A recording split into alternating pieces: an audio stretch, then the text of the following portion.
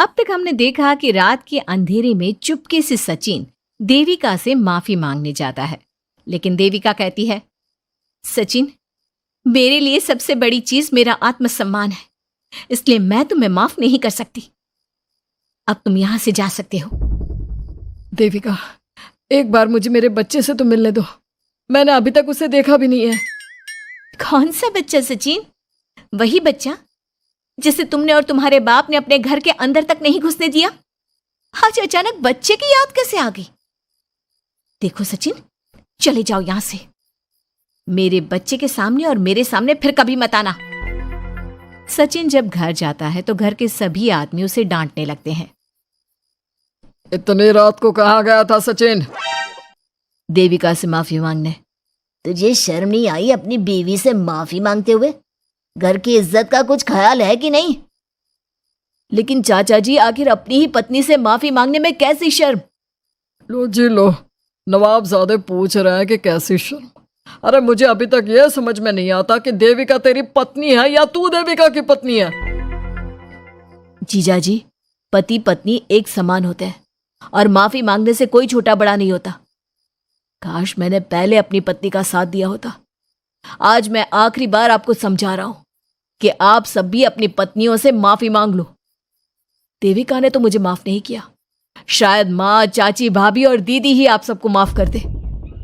सचिन सभी को समझाने की बहुत कोशिश करता है, लेकिन कोई भी उसकी बात नहीं सुनता। वहीं दूसरी ओर सुजाता के हाथ का बना खाना सारे गांव में फेमस हो गया था, तो उसने एक बहुत अच्छा सा होटल खोल दिया। देविका, मैं चाहती हूँ मेरे होटल की सबसे पहली ग्राहक तुम ही हो, क्योंकि तुम्हारी वजह से ही आज मैं अपना खुद का होटल खोल पाई हूँ। क्यों नहीं भाभी?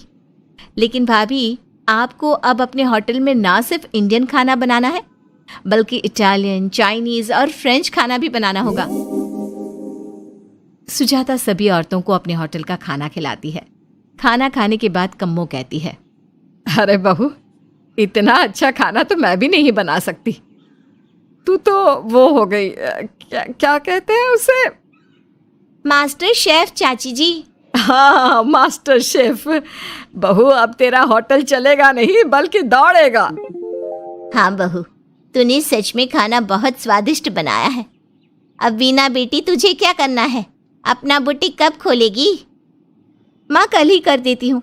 दुकान और सिलाई मशीनों का सारा काम हो गया है और वर्कर भी आ जाएंगे। तो ठीक है, फिर अच्छे काम के लिए देर नहीं करनी चाहिए। देविका, मैं चाहती हूँ कि मेरी दुकान का इनॉग्रेशन तुम करो। आखिर तुम्हारी वजह से तो मेरा बुटीक खुल रहा है। अगले दिन वीना भी अपना बुटीक खोल लेती है। उसका बुटीक भी चलने लगता है। माँ, आजकल ना कस्टमर ज़्यादा हो गए हैं।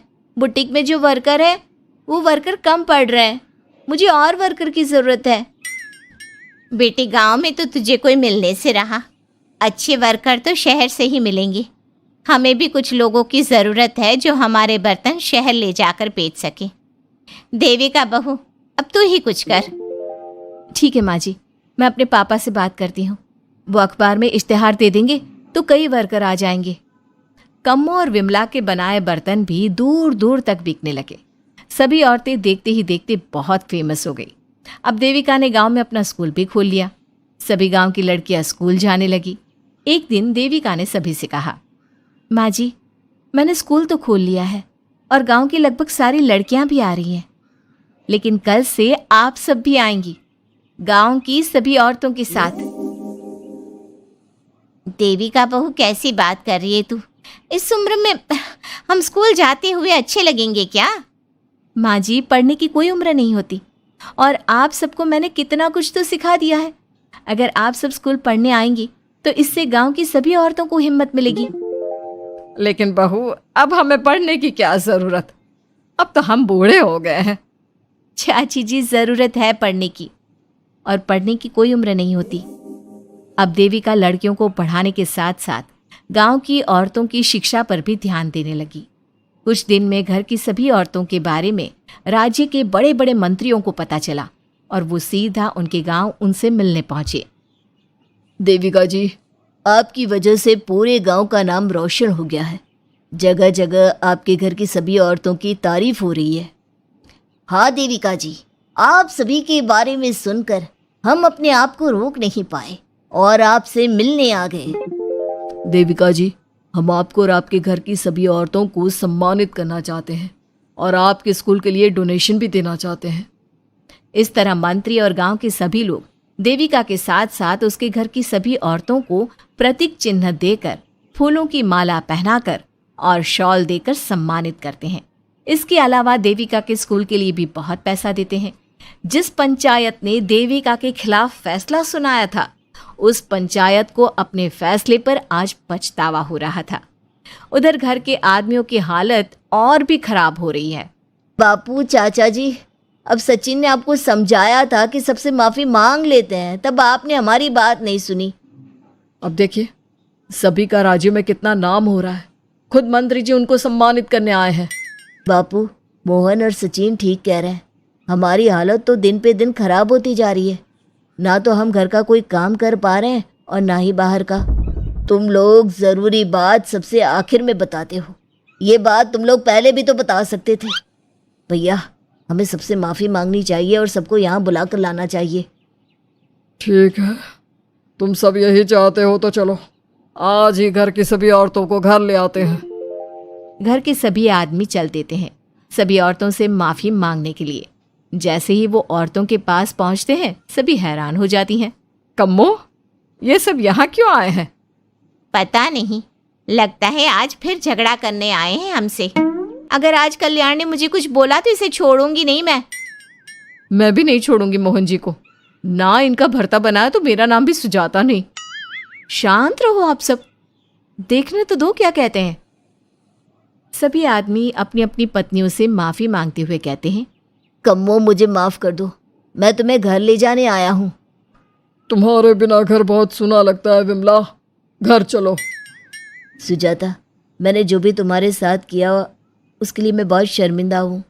मुझे तुम्हारी और तुम्हारे हाथ के बने खाने की बहुत याद आती है। तुम मेरे साथ घर चलोगी ना? वीना, वो घर मेरा नहीं तुम्हारा है और मैं नहीं चाहता कि तुम मेरी वजह से अपना घर छोड़ दो। इसलिए अपने घर चलो और हम सबको माफ़ कर दो। अपने पतियों की इस तरह माफ़ी मांगने से सभी औरतें अपने पतियों को माफ़ करके उनके साथ जाने को तैयार हो जाती हैं। लेकिन देविका घर आने से मना कर देती है। सभी औरतें उसे समझाती है, देविका बहू, अब घर जाने में क्या दिक्कत है? मांग तो ली सबने माफ़ी। देख तो सचिन भी कितना शर्मिंदा है। हाँ बहू, हमारी लड़ाई तो यही थी कि ये हमसे माफ़ी मांगकर इज्जत के साथ घर ले जाए। अब घर चलने से तेरी शादी बच सकती है। चाची जी, मैं पहले भी बता चुकी हूँ, अब दोबारा से फिर कह रही हूँ, मेरे लिए शादी से बड़ा है आत्मसम्मान। आप लोगों की शादी आपकी मर्जी से नहीं हुई है, लेकिन मेरी शादी मेरी मर्जी से हुई है। इसलिए शायद आप लोगों को फ़र्क नहीं पड़ता कि आपके पति ने आपके साथ क्या किया, पर मुझे इस बात से बहुत फ़र्क पड़ता है कि मेरे पति ने मुझे अपने बराबर नहीं समझा और इसलिए मैं उसे माफ़ नहीं कर सकती। देविका, मैं अपने बर्ताव के लिए बहुत शर्मिंदा हूँ। तो जिंदगी भर शर्मिंदा रहना। और हाँ, आप सब इनके साथ जाना चाहती हैं तो जाइए, लेकिन मेरी एक बात हमेशा याद रखिएगा, शादी सिर्फ एक रस्म होती है। इस रस्म में पति और पत्नी बराबर के हिस्सेदार होते हैं, ना कोई छोटा होता है और ना कोई बड़ा। इसलिए यदि आपका पति आपको सम्मान दे तो बदले में उसे सम्मान दो, नहीं तो वो जैसा करे आप भी वैसा ही करो। देविका सचिन के साथ नहीं जाती है और अपने बेटे के साथ वहीं रहने का फैसला करती है। अब वो न सिर्फ अपने गांव बल्कि हर जगह जाकर महिला शिक्षा और उनके अधिकारों का प्रचार करती है।